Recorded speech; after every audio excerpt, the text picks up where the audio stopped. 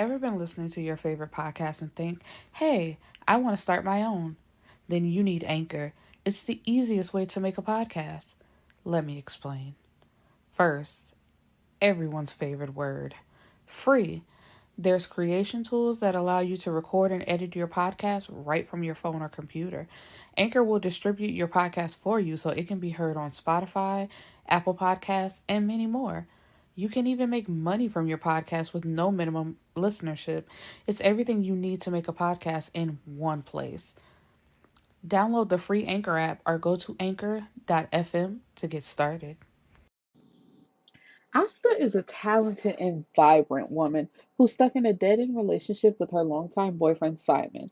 Asta's passion is music. She has made her mark on the DJ scene, but Simon doesn't support her career choice, and that causes a lot of problems in their relationship.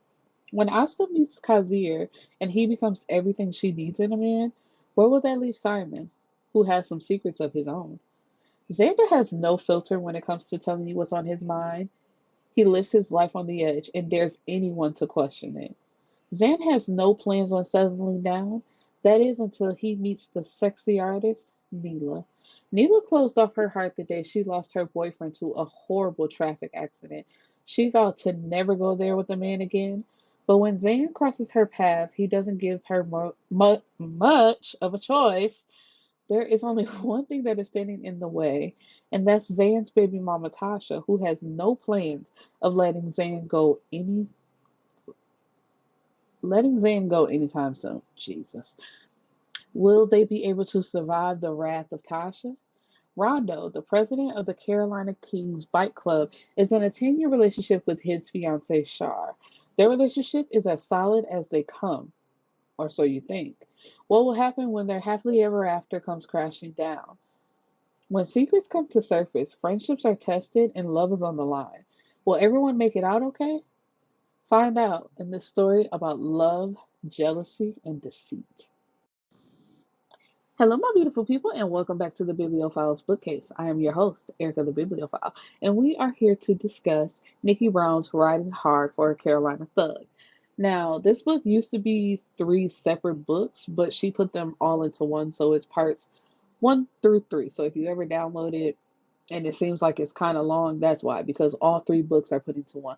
But it's still a great read, and I very much encourage you to download it and read it for yourself. So this book has three couples, and instead of going like through the book how it is, I'm just gonna split it up between the couples. So we're gonna start with I'm gonna start with the first couple, like how the book goes. So we're gonna start with Zander and Neala. So Zander and Neala were both drunk, like they got super drunk the night before. And when Zan wakes up to banging on his door, he sees this beautiful woman next to him that he doesn't know her name, doesn't even know how she got there. But he goes to answer his door, and it's his baby, excuse me, it's his baby mother, Tasha. And she's just nagging, like, why did I hear that you was seen last night with some nappy headed hoe? And that's one thing I did not like. She kept calling her nappy headed, and I'm just like, girl, but we all black though. Like, that's just so ignorant and stupid. But and he's like, yeah, you're my child's mother, but you're not my girlfriend. So I don't know why you think you can keep tabs on me and why you want to argue with me. And it's because he's still having sex with her. So of course she has your child and you won't stop having sex with her. So she's going to assume that she has some type of place in your life and that she can always just show up, holler, y'all gonna have sex. And like, it's just a cycle. So yeah, if I show up here hooping and hollering, you gonna dick me down, which is exactly what she wants. And then she's gonna run around telling people like, yeah, that's my man, whoop de whoop, whatever, until her face is cracked and it's like, oh really, but your man was out last night and he left and went home with another woman. So after he gets done having sex with Tasha and kicks her out, he goes back to the room with Neala, and she's like just waking up. And she's like, I thought I had a crazy dream about somebody moaning, and like it was just crazy. He was like, "Oh no, that wasn't a dream. I just had sex with my baby mama and I kicked her out." And she's like, "What? Really?" And he's like, "Yeah, And his whole thing is he doesn't lie. He is going to tell you the truth no matter how much it hurts. So, if your feelings are hurt, they're just hurt, but he's not going to lie. So she got dressed. Like, they don't even remember having sex with each other. Like, that's how drunk they were. So she's like, it was nice to meet you. I assume we had a good time last night. Let's just keep it at that. And she gets dressed and she leaves. Now, Zander he races. He's a racer. Excuse me. So, later on that day, he just happens to run into Neala again. Neala is there with her sister. So, he's talking to her and he's like, we gonna try this again and pick up where we left off and get to know each other.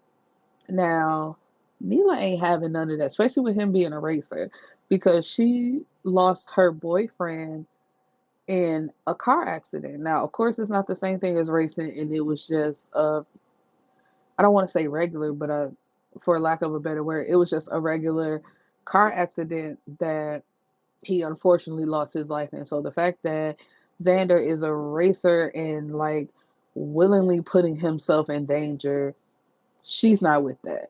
So she's just like, and I don't like how you did me because we didn't even know each other. And, like, I'm not your girl, but you could at least given me the respect of letting me leave before you had sex with this woman. And then for you to just tell me straight to my face, like, yeah, while you were in here asleep, I was busting her down, but, no big deal. So it's like, God, she off him. But, of course, he's not letting her go. And his friends had a good point. It's just like, you don't even know if you really feeling her. It's just a simple fact that she's not bowing down like how the rest of these women are. And in the mix of them getting to know each other, he's still having sex with Tasha. So Tasha is still showing up places, acting the fool, trying to fight Neala, like, while trying to have some type of claim over him. And I don't get why he's confused. He's like, what about we not together? Do you not understand? The the part where you keep fucking her.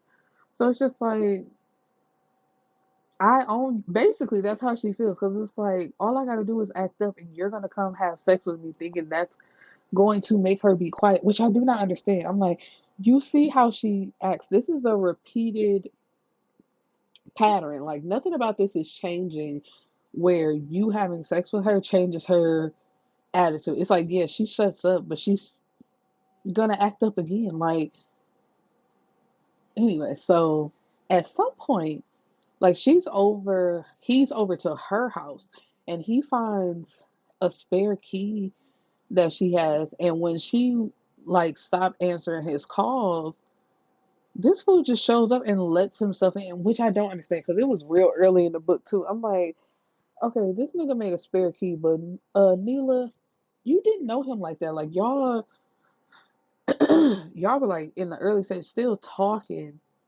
So for him to have a key just to let himself in and out the house, why did you not change the lock, sis? I was not understanding that. I'm like, how does he just have free access to and from your place? And in the mix of them two getting each other, him still having sex with his baby mama, Neala was also excuse me. Neala was also talking to this guy named Pink, which I'm not finna call no grown ass man Pink. And I I was with Zan because when she like introduced them to each other and he was like the name's Pink. This what did he call him? Zan called him Black and he's like the name's Pink. He's like, man, I'm not calling no grown ass man Pink. What type of nickname is that? And I was with him. I was like, truly. Oh, and it ain't even on no homophobic, trying to insinuate. I'm not. That is the dumbest fucking nickname I've ever heard. I'm not calling you Pink, my guy. Um, so yeah, he was like, man, no, and I don't care. And basically, you can get on. And when, oh my God, when Pink found out that, look at me actually calling this nigga Pink. what is it? I'm calling him Black. Let's go with Black. When Black found out that Zan had a key, he was like, well, good thing you didn't pop up last night when I had her bent over the couch. And it's just like, okay, my nigga, like you still finna sit out here while we go in the house and talk with each other. Otherwise, I'ma cause a whole fucking scene. And that's just really their relationship. Doing this whole back and forth thing, um, until in the end, when she, Lord, let me get my words together.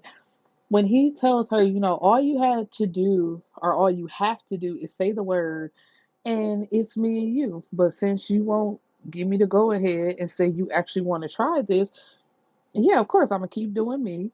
But basically, she couldn't keep doing her. That's what it was. It's like I get to keep fucking these hoes, but you know, you don't.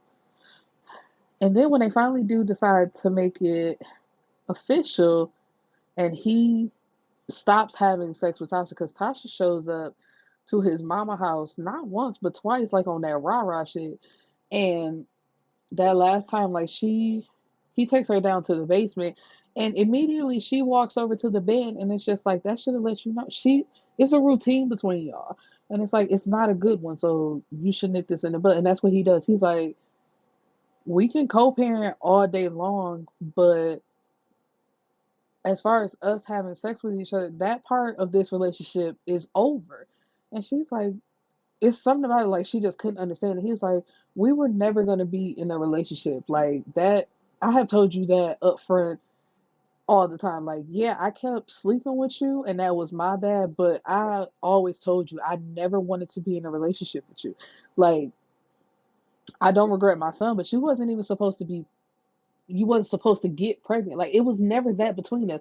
It ain't like it was ever, what am I trying to say? Like, to be miscommunicated between us. Like, I was never supposed to be your man. We was never supposed to get together. Like, none of that. There should be no miscommunication between us. Um so yeah, and she's like real upset. And while it seems like she was cool for a minute, then she flew off the handle. Like she's breaking the windows out of his car, and then because she followed him one day to Neela's house, she know where Neela lives, so she goes to Neela's house and busts out all the windows in her house. So after a race that he has, and they're going to his house, nope, Neela's neighbors was sending her pictures. So she goes over to him like, did you know about this? And he was like, yeah, I was just about to tell you. And so we about to go over there and check out the damages. So when they get to her house to check out everything, Zander is shot. And he's in excuse me, he's in the hospital for a month before he wakes up.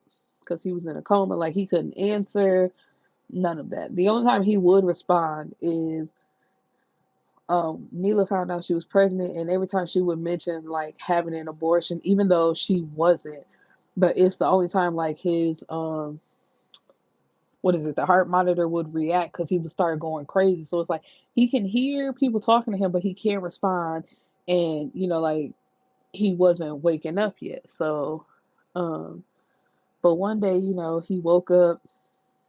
The day he woke up though was when Tasha um went to. Oh no, no, no.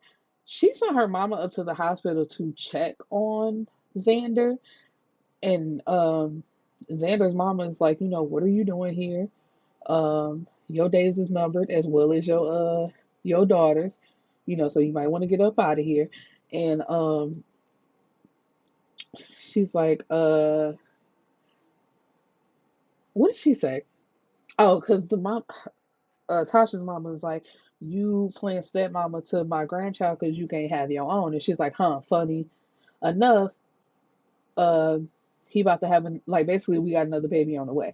So when Tasha talks to her mama, she lets her know. Oh, my bad, I'm misconstruing it. Tasha was the one who said she can't have kids of her own, so she playing stepmama to mine. And her mama says no, she's pregnant and they're about to have a baby of their own. And so Tasha goes up to the hospital and to see him, and he just happens to be alone. And she's like she's telling him how sorry she is because, to her he's just asleep, and she's thinking she can get him to wake up by giving him head. So she's sucking all on him, and his not responding at all, just limp. And when she looks up, he's staring her dead in her face. And Neala walks into the room. It's like, you nasty bitch. And he can't wait. He's like, man, oh, I'm gonna kill that bitch. I'm like, what? It's just baffling to me because it's like, girl, why would you walk into a hospital room just admitting that you set up your baby daddy to get shot by Black? Because that's who did it. Black shot him because he was in his feelings about Zander not only hoeing him but also getting Neala. It's like, it's some other stuff too, but that was the main reason. And so she gets to leave that day. But of course, Ky'sier and Rondo, they take care of her and get her nipped in the butt or whatever. But Zander, he appreciated Neala being by his side every single day while he was in the hospital. Of course, she got up to walk and, get a breath of fresh air, and the family brought her food, but she was there literally every single day by his side. So he knew he couldn't let her go. So he proposed to her, and in the epilogue, they had they had another son, and they were engaged. Yep. So that's how their story is. So we're gonna move on to Asta. I think that's how you say it. Asta, Asta, Asta, um, who is Neela's sister, and she meets Ky'sier at the mall one day while she's getting shoes. Like, she had to stand in line for the shoes. He was there to get the shoes as well. So they meet, they flirt.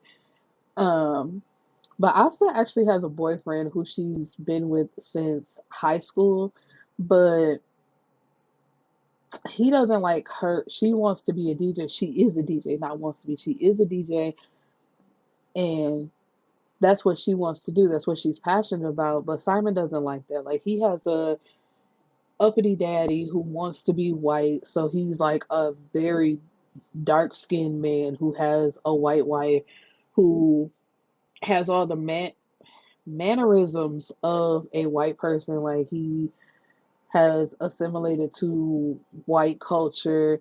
He doesn't like anything black, ghetto. He doesn't hang out with black people. Like, none of that.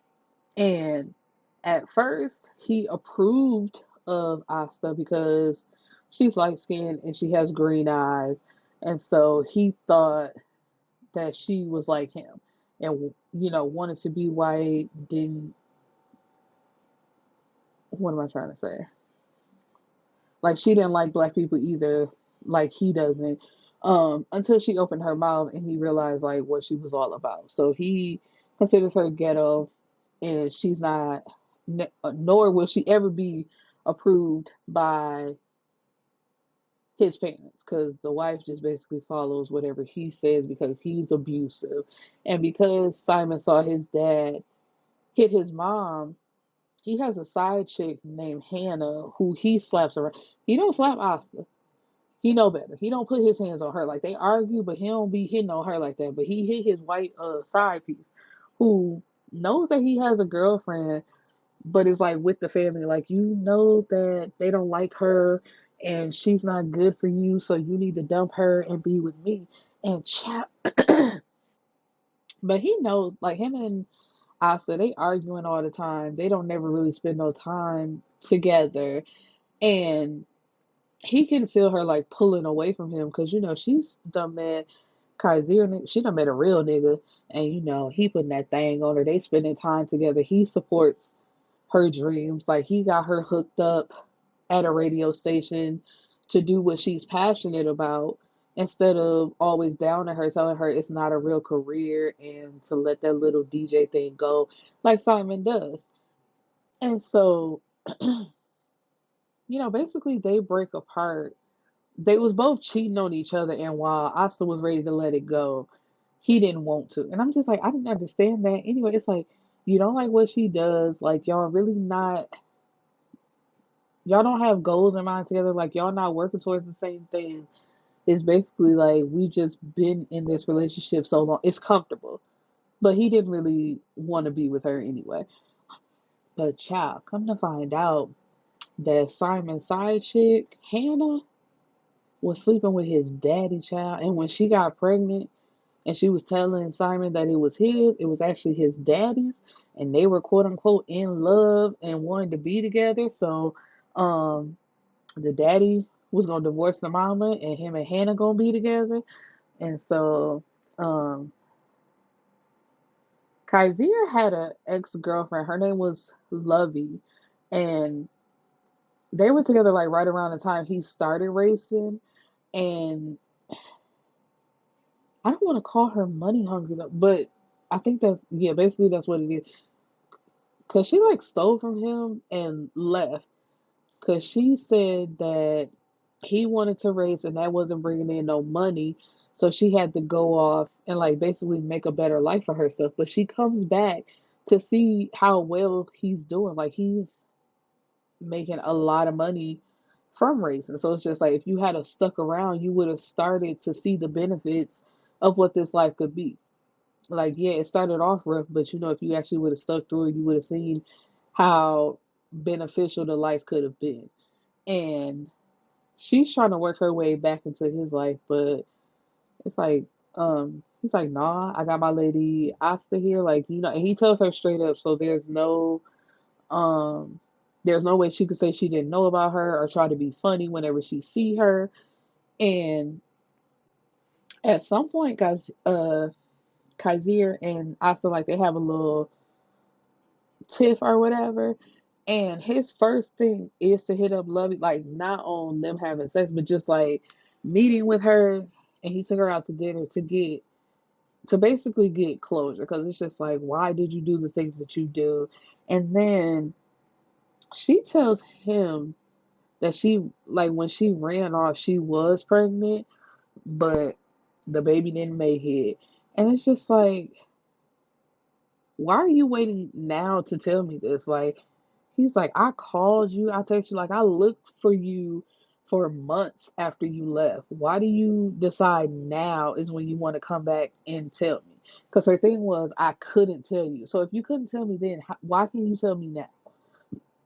Excuse me. So it's just like, it was something I felt she was trying to bring them closer together with, and she should have just let it go. And so one night, like, this is when they was all beefing with they niggas except for Neala and Zander. Them was really the only two niggas that was doing okay. Um, cause Shar was off talking to a nigga, and then Asta was sitting on the couch talking to a nigga, pissy drunk. Um, Lovely comes up to her and tells her, I just had dinner with your man the other night. Tell him thanks and that I had fun. And it's like, it ain't even on what she tried to make it out to be. And Asta said, so I should have wrote it down, but I didn't. But basically, like, crushed her whole little feeling that she walked off looking stupid. But it made her even more upset because it's like, okay, yeah, nigga, we may be beefing, but that ain't, um, grounds for you to go off and talk to another bitch, especially your ex, nigga. Like, okay. Um, so they get into an argument because it's like, why you sitting here letting this nigga be all up in your face, whatever. And also, they kind of split up because when Zander was in the hospital, Ky'sier and Rondo, they was running around like trying to get some shit settled, like killing niggas, looking for niggas left and right. And she's like, you can't just give me a call or just shoot me a text, just some form of communication. Like, I understand you got this going on and you got to do what you got to do. I'm not trying to keep that from you, but can you just communicate a little bit? And he like, nah, not really. Like, I ain't got time for this right now. Like, this ain't what I'm on. I'm on for looking for these niggas and killing these niggas and handling this other shit. So really, this relationship is on the back burner. Until, It should be funny, but it was funny to me. It was funny to me. Um, because one night they all at Shar house. Um, well, I think she was yeah, because they didn't know nobody pregnant at this time, but Shar, I believe. No, anyway, sorry, because the point of the matter was, Asta was drinking, and she was saying, at least I got Tom pertaining to sex, and so Ky'sier shows up, and he done heard that. He like, who the fuck is Tom? And she won't say nothing. So this nigga pulls out his gun, like, who the fuck is Tom? And Neala has to be the one, like, man, calm your motherfucking ass down. Tom is her vibrator, nigga. Like, that ain't no real nigga. So this is when he takes her to his house because he's like, okay, now it's time for us to get some shit straight. And so they make up, they back together and everything. And he's trying to get her pregnant as well. But my good sis is popping the birth control because it's like, nigga, we just getting this figured out. Um, I'm trying to get my DJ career popping. Like I just started at the radio station. Ain't no way I'm finna be pregnant and have to give that up when I just got started. Um, but in the end, and also it's like it was that, and she was scared because she's like, what if I'm not a good mother? What if I can't do this? Like, what if I end up screwing my child up? Like, I don't think I'm ready. But he's like, you're going to be a great mother. And if you ever need anything or you need help at all, that's what I'm here for. And I'm going to help you. So, you ain't never got to worry about that. And so she ends up getting pregnant as well in the end. And, like, at the very end is when he proposes to her and asks her, if she's gonna ride hard for her son. And I was just like, okay, girl, we get it. You're emphasizing the book title, but it did not need to be capitalized and put in bold. We can catch the innuendos, my good sister. Um, and that's the end of their story of her being pregnant and him proposing. And now our last couple who has been together the longest is Rondo and his fiance Shar. Now, I forgot to mention that Rondo is the president of the Carolina Kings Biker Club, but they're all in the club together. Rondo, Zander, and Ky'sier. So, excuse me. One night when they were beefing and Shar said that the relationship was over, Rondo got drunk and had unprotected sex with this girl named Rachel. Now, Rachel was the girlfriend or was like real close with a guy named Ryan who worked for the Carolina the Bikers Club. And unbeknownst to him, Rachel was telling Rondo that it was his baby and telling Ryan that it was his baby at the same time. So one weekend when they're away for like a race event somewhere, Ryan brings Rachel with them, and it's all of them together, like the three couples together plus Ryan and Rachel. And Rondo has this nemesis Noble who just has it out for him so bad.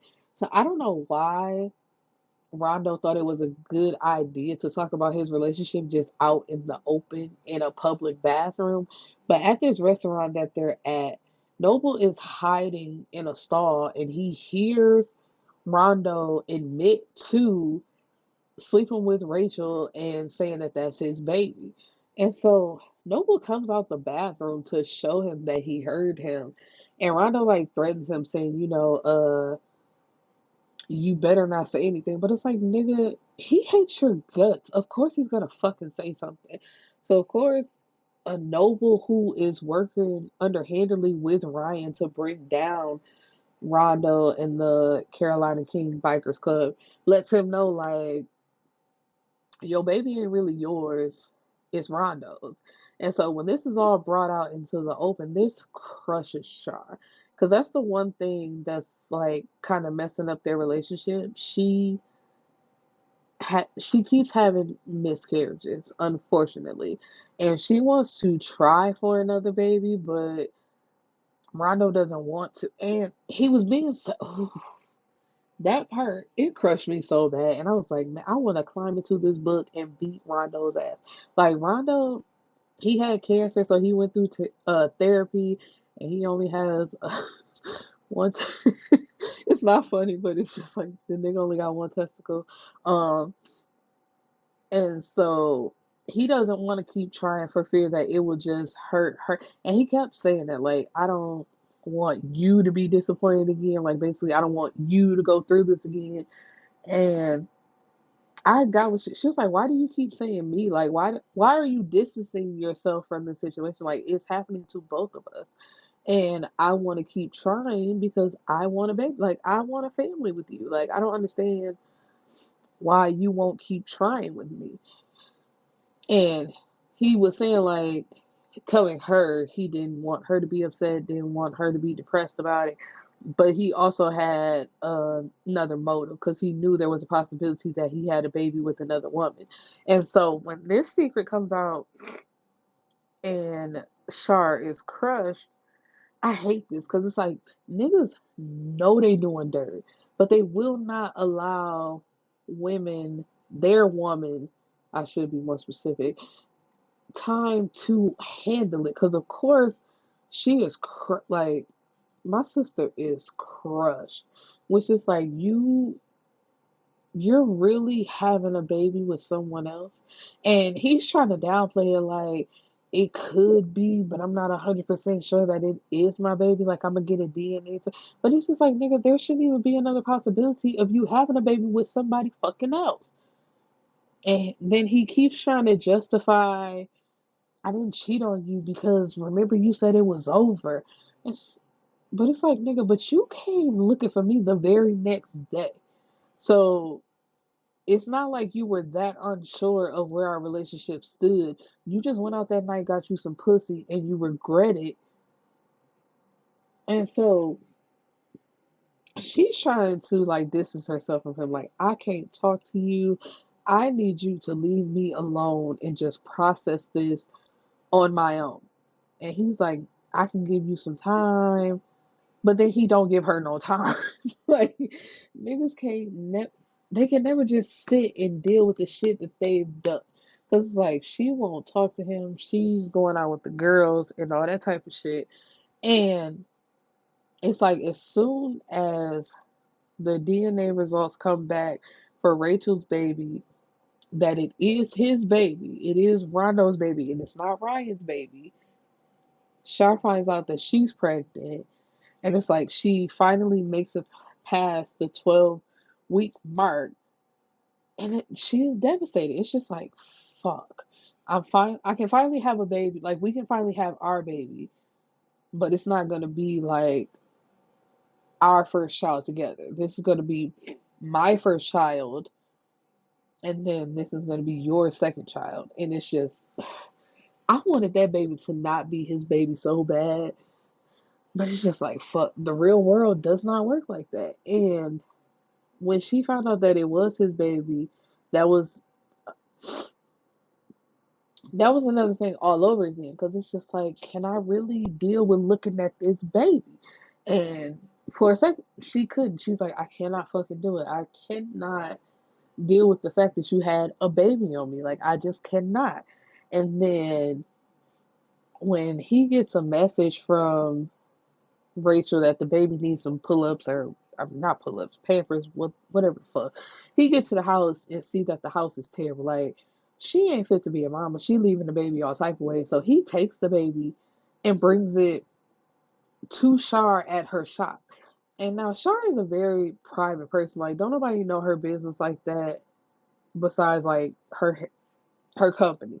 It's like her private life is not up for discussion. She don't gossip with her coworkers, her employees. She don't tell them nothing. And so he comes in there and tells her like what's going on, and I hate, I hate it so much Because maybe it just makes me an evil bitch, but I don't care. I don't give a fuck what she's doing to her child.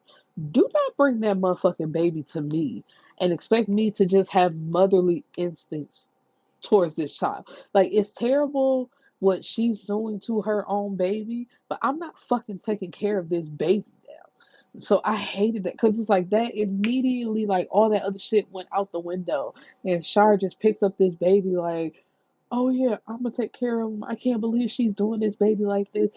And I know it's under the guise of she wanted a baby so bad. So of course any baby that she sees, she's gonna have like a motherly instinct towards and want to protect and take care of this baby. Fam, fuck you and fuck this baby. I'm not doing this shit with either one of y'all. Get you, cause nigga, I'm still mad at you for cheating and having a baby on me. And take this little motherfucker and get out. But no, it doesn't work like that.